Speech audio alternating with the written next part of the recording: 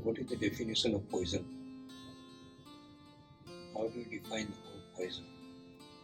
And poison is a kind of thing that can only be defined by doctors, because they deal with human bodies all the time. They could not come up with any definition. Then there was a wise guy, and he came to the podium and he made only one statement which answered the entire question.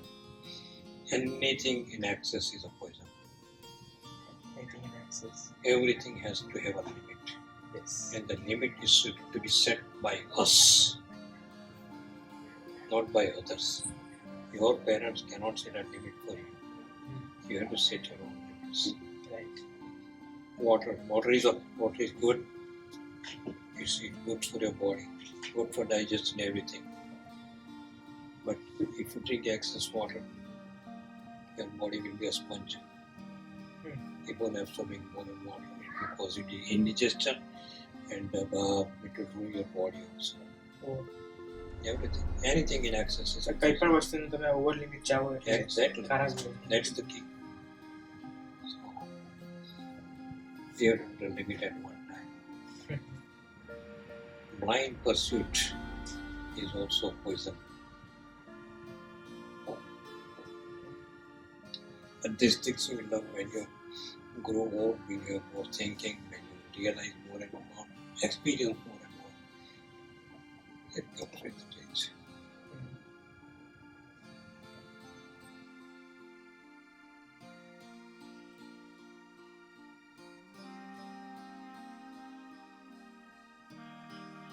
Okay. Good morning, Chandrakant uncle. Thank you. So today I will be interviewing you. We first met you when we first came to Virginia 5 years ago, and I thought you would be a perfect fit for this interview since you're really knowledgeable, intelligent. So let's start the interview. Thank you. I hope I can answer all your questions. Yes, you will. So my first question to you is, what do you remember about the place you grew up? You mean in India or here? In India. In India. I come from a very small village where there were only 200 people in our small town. We had lots of friends. I knew every member of my village, and it was a very cozy environment where I grew up. The school, the students or my friends who were going to school in the same classes as I were also very friendly, and it really was a small family of 200 people. And we enjoyed it, and I still miss it in my life. Oh wow, it was fascinating to know that you knew everybody's name. Actually, I don't even know my neighbor's name. Yeah, but that was a different situation. There was no transportation. People were living in a close-by environment, and we were in contact with each other. We could visit each other even in the middle of the night also, and there were no formalities at that time, so it was easy for us to do that. Oh, nice. Well, my second question to you is, which invention from your lifetime are you most amazed by? You mean what intrigued me? Like the invention. Yes, there are so many things that have intrigued me and that I am fascinated by. Number one, at this age, if you are asking me, then the thing that has interested and impressed me the most is the GPS system. That is the thing that has impressed me the most. Go anywhere you like. That small device that you have in your hand, it can tell you exactly where the environment is. It contains the whole world. It can tell you where to go, how to go, when to go, or something like that. And that is the biggest thing that has impressed me the most. And second biggest impressing, the system within the body. The world has been created, and the human body has been created billions and billions and billions of years ago. But even now, nobody knows. Nobody has the complete knowledge about the entire body. Every day, new and newer research is coming out every day, and your finding is coming out in the market. And the question that comes in the market comes to me is, is there any entity? Is there someone or something that controls your life? Who digests your food? Who puts you to sleep? Who gives you the solace at night when you go to sleep after your day's work is over? These are the things that always intrigue me. Doctors have not been able to find it. It's only some unknown entity that controls your entire life and your entire body. And that is where the concept of God comes in. Correct. Well, no one has ever found what's the reason, how our body is made and everything. Well, do you know the history of your family name, crest or origin? I do. If you're talking about the last names or the surnames, the original surname of my family 4 generations ago was Soni. Mhm. Then my father inherited this goldsmith profession from his father, but then he diverted into different fields. He expanded, he changed the whole system, and rather than dealing with the gold, he started doing business or expanded his business or converted his business from making the ornaments to selling the ornaments, and he changed his surname from Soni to Parekh. In my case, I took a different approach. When I started teaching at a college, I came into contact of lots of people, and I found out myself, and I thought, upon thinking, that Parekh is still not should not still be the right surname for me. My father had a money lending business. He used to lend money to different people with a certain interest of he used to charge interest on that, and that kind of community that lends money to the people and thrives on it is called Shroff.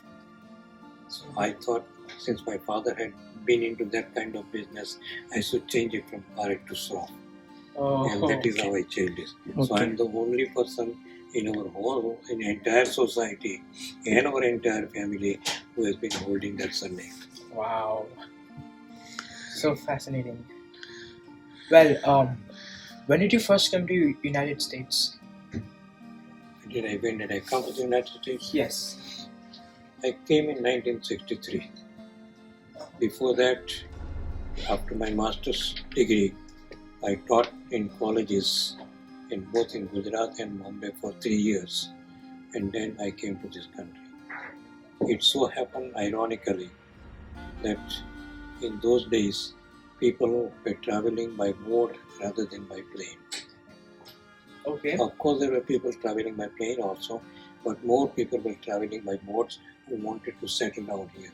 And that is because of the extreme change in the weather, from Indian hot weather to the cold weather of the United States.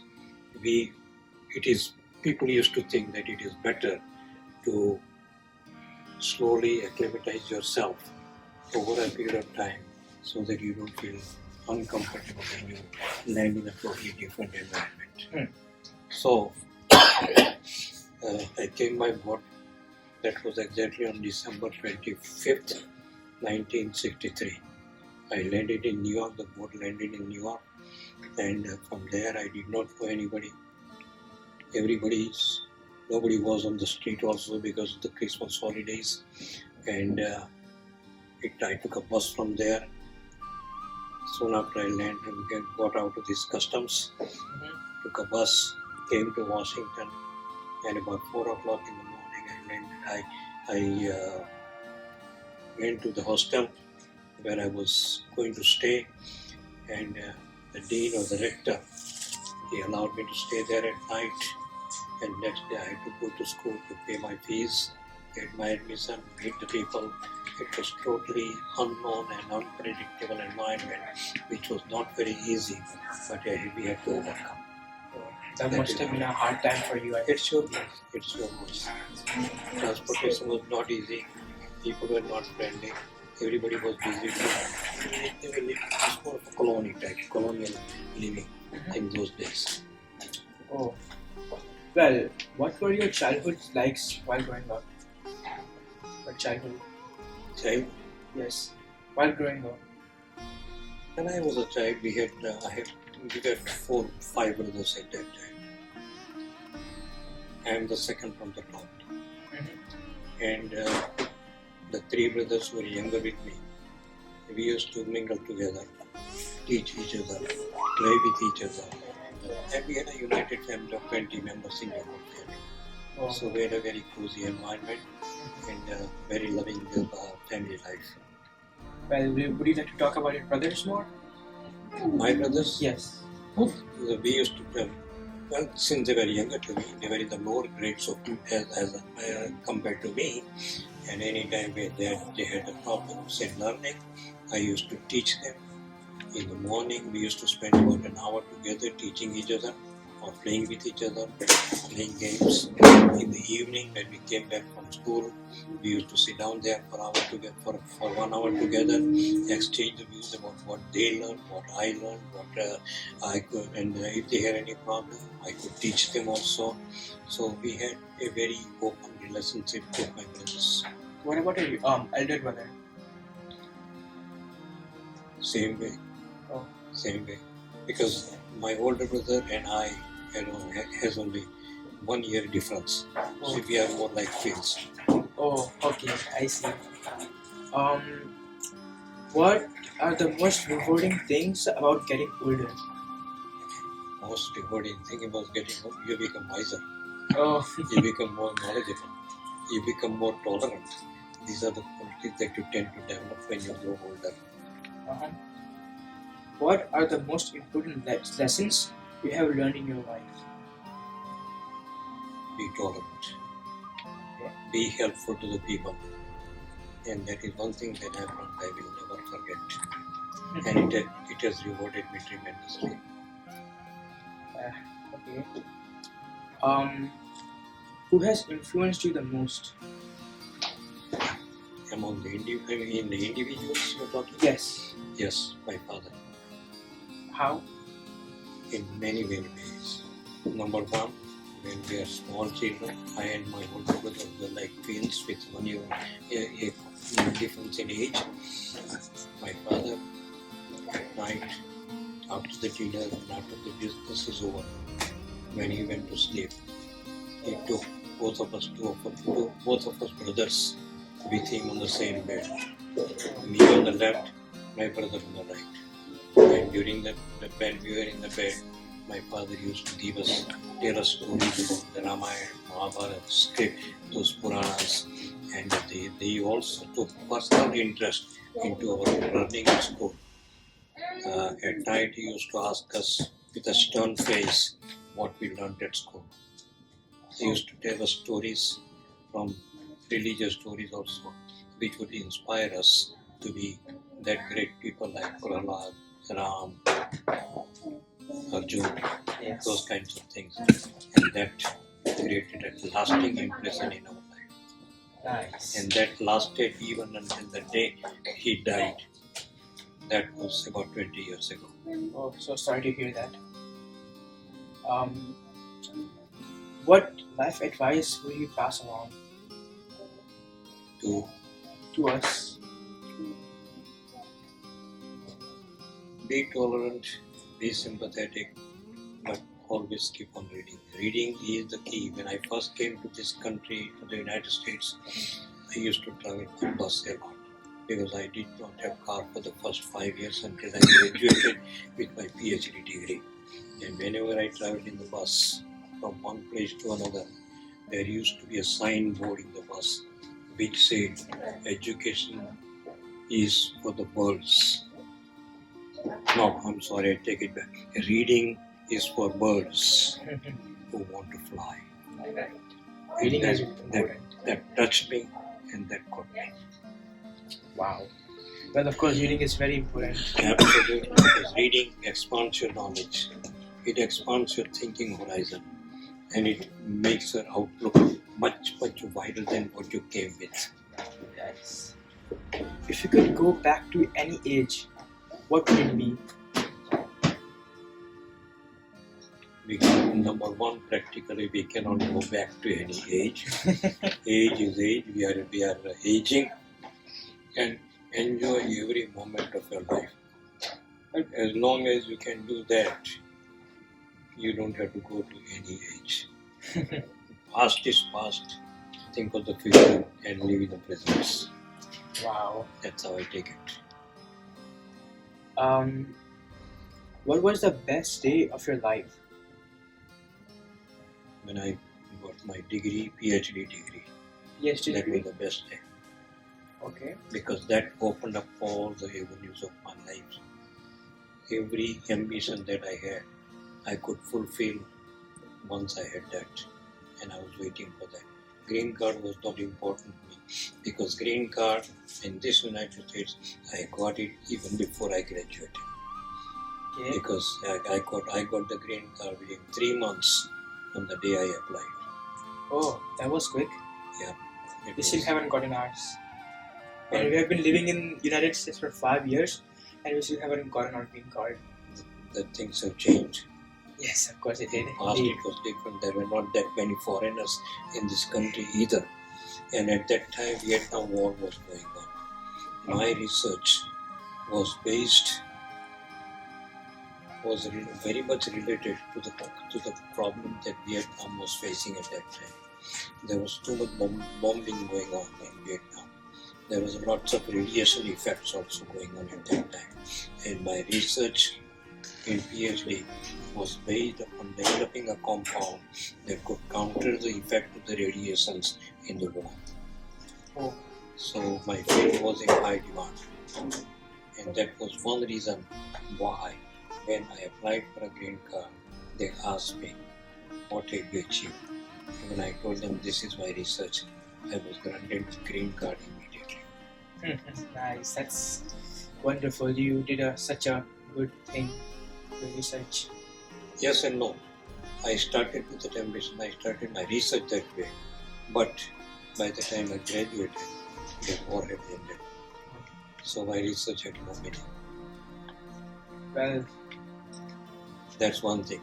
Not only that, but the kind of compound chemical compound that we were developing in order to have that kind of nullifying effect for the bombing or the radiation effect. Let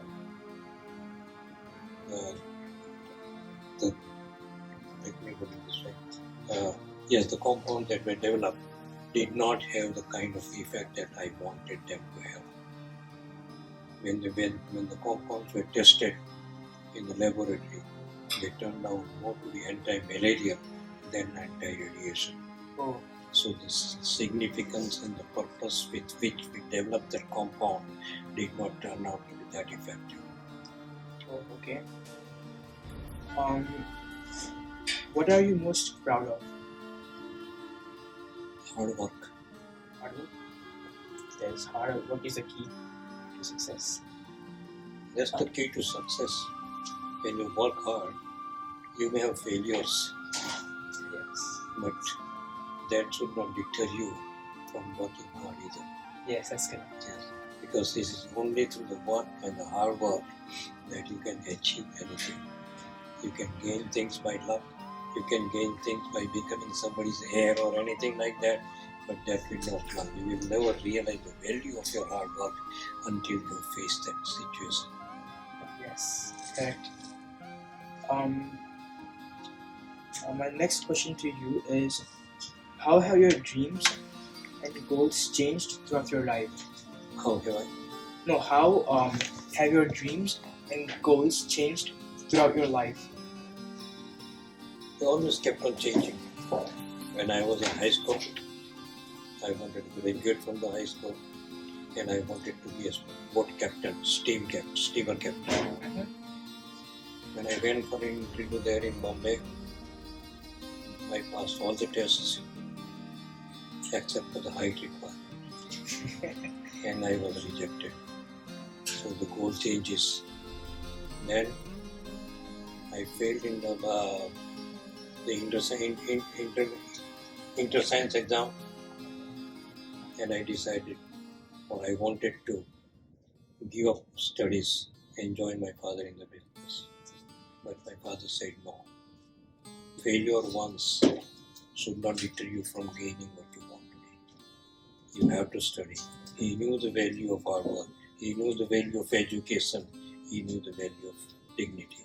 So he said, you must study, go back to school and start studying again. So my brother was already a graduate by that time. He told me, you must study.